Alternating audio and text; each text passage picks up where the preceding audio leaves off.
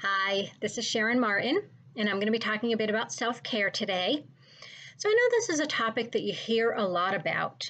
It's probably been hammered into you already that self-care is important. We need to take care of ourselves. And I'm not going to debate that, but I think we still have the wrong idea about what it is to practice self-care. So self-care is a needs-based activity.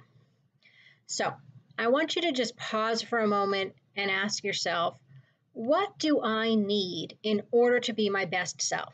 In order to be my happiest, healthiest, physically and emotionally, spiritually, my best self? What are the needs that I have? So we all have needs. There's nothing wrong with it, and there's nobody out there who doesn't have any, which is why we all need self-care, because we need to meet those needs.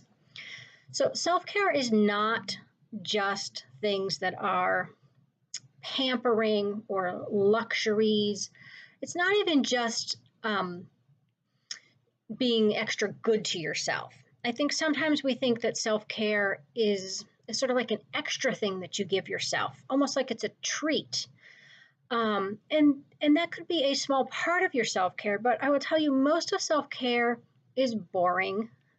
It's not super exciting. It's not even necessarily fun all the time. Sometimes it is, but we have, needs for things like getting enough rest, getting exercise, eating healthy food, needs for, spiritual practices, needs for connecting with other people, having relationships. And again, like some of that can be fun, enjoyable stuff that we do to meet those needs, but the need for getting enough rest, like going to bed early, isn't necessarily fun. I have had this chronic foot problem for the past couple of years, so I need to go to physical therapy.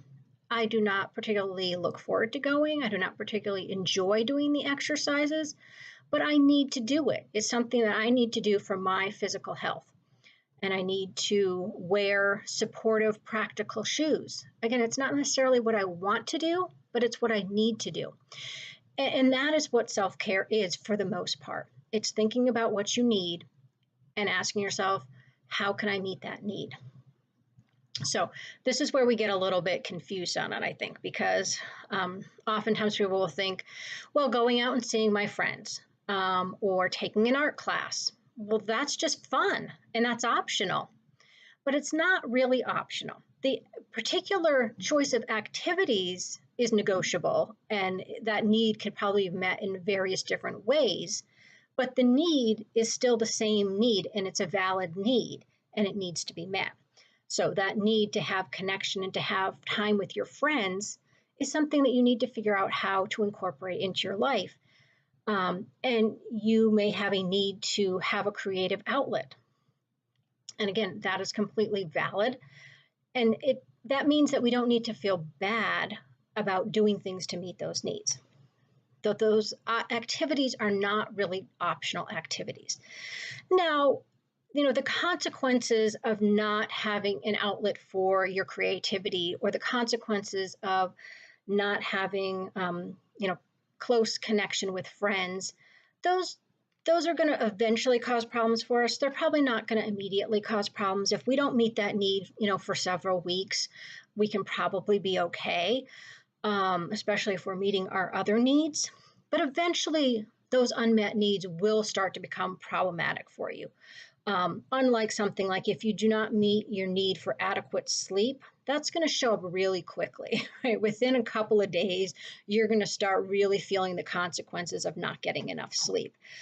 So I think that's the other thing that gets a little bit confusing, is it feels like, well, not meeting some of my needs doesn't really seem to cause that many problems. But they will. I assure you that if you do not see your friends for weeks and months on end, or you don't have meaningful connections with anyone for those amounts of times, it's really going to become difficult for you emotionally. So anyway, this is just some food for thought for you to really think about self-care as a needs-based activity, and just also something that's very small. It doesn't need to be this grand, big things that you're doing for yourself. It can be these little things like, remembering to take your vitamins, or seeing your therapist, or, um, using some essential oils that are, calming and, relaxing for you. Those are just tiny little things that don't take a tremendous amount of time. They don't necessarily take a lot of effort or money either.